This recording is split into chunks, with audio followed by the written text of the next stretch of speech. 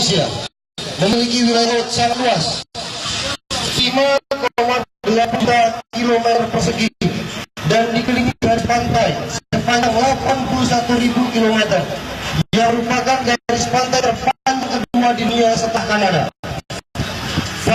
Tapi inilah membuat Indonesia dikenal sebagai pengetahuan dan maritim terbesar di dunia.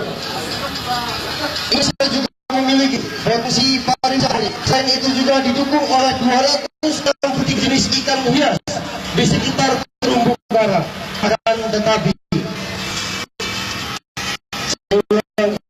Akan tapi di Lampung Selatan hotel di dermaga Bom Galianda, yang dimana pusat pelelangan ikan dan wisata kuliner besar di Kabupaten Lampung Selatan, yang dikelola oleh Koperasi Bina Dermaga, diduga hanya memanfaatkan kepentingan para pengurus dibandingkan kepentingan nelayan dermaga Bom Galianda. Kami nelayan dermaga Bom Galianda, nelayan Desa Maja, nelayan air panas sudah tidak percaya kepada keputusan koperasi dan PPI karena selama ini tidak pernah diperhatikan, tidak pernah diberikan pinjaman.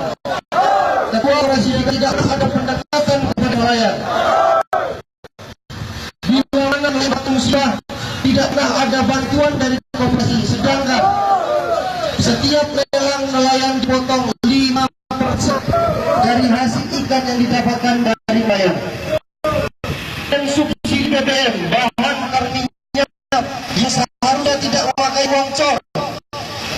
Makanya nelayan beli BBM solar memakai uang cor dikenakan dia perizinan.